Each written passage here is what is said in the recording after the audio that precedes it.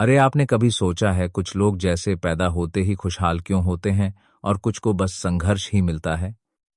ये सब किस्मत का खेल है या कोई गहरी बात छुपी है इसके पीछे? बिल्कुल, ये सवाल तो हर किसी के मन में आता है। मगर अगर श्री राम शर्मा आचार्य जी की बातें सुने, तो वो साफ कहते हैं, ये सब सिर्फ भाग्य नहीं, हमारे कर्मों का हिसाब किताब है जो हर कदम पर साथ चलता है। मतलब जो हम करते हैं वो ही कहीं ना कहीं लौटकर हमारे पास वापस आता है। ठीक वैसा ही आचार्य जी समझाते हैं कि हर ख्याल, भावना या काम वो एक बीज बन जाता है और वक्त आने पर उसका फल जरूर मिलता है। सोचिए, आप किसी को चोट पहुंचाते हैं तो वह सिर्फ सामने वाले के लिए नहीं, आपके भीतर भी एक निशान छोड़ देता है। सुनकर तो थोड़ा डर सा लगने लगता है, लेकिन फिर दिल में सवाल उठता है, क्या हम अपने भाग्य को बदल सकते हैं या सब फिक्स है? अब आपने कर्म के बीज की बात की तो थोड़ा और खोलिए। आखिर ये कर्म कितने प्रकार के होते हैं और कैसे हमारे जीवन को आकार देते हैं? आचार्य जी के मुताबिक कर्म 3 तरह के होते हैं: संचित, प्रारब्ध और क्रियामान। संचित मतलब जो हमने पिछले जन्मों में किया और अब तक उसका फल नहीं मिला। प्रारब्ध वो भाग्य है जो इस जन्म में मिल रहा है। और क्रियामान डॉट वो जो अभी हम कर रहे हैं, उसका भविष्य में असर पड़ेगा।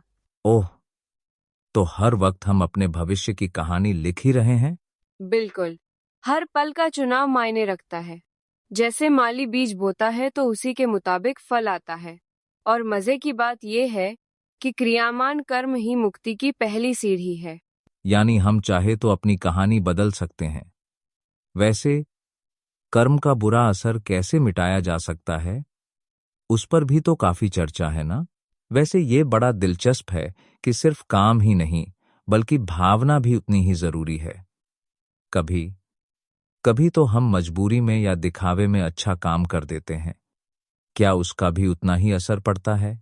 सच कहूं तो आचार्य जी की बातों में सबसे खास यही है। कर्म की शक्ति सिर्फ बाहरी काम में नहीं, उसकी भावना में छुपी है।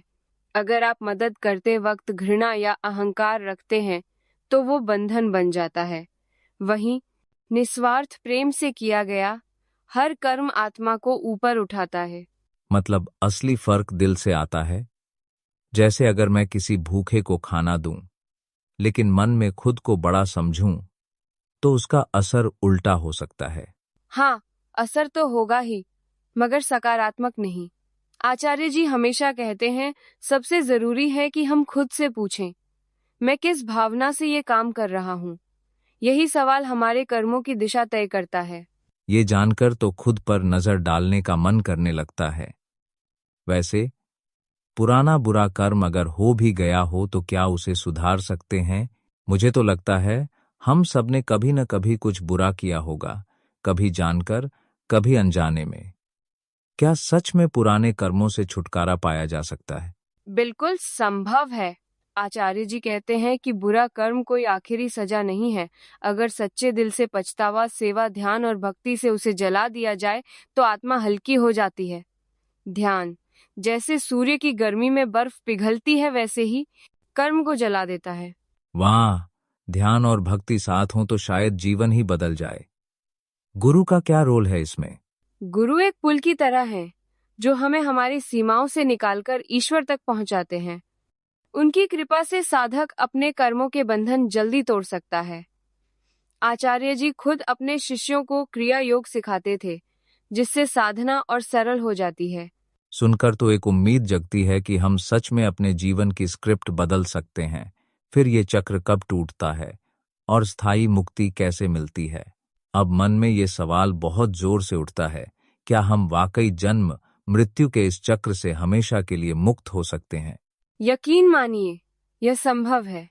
आचार्य जी कहते हैं, जब आत्मा जान जाती है कि वो बस शरीर, मन या कर्म नहीं, बल्कि परमात्मा की चिंगारी है, तभी वह इस चक्र से ऊपर उठ जाती है। तो असल मुक्ति मतलब हर काम, सोच और भावना में एक जागरूकता लाना?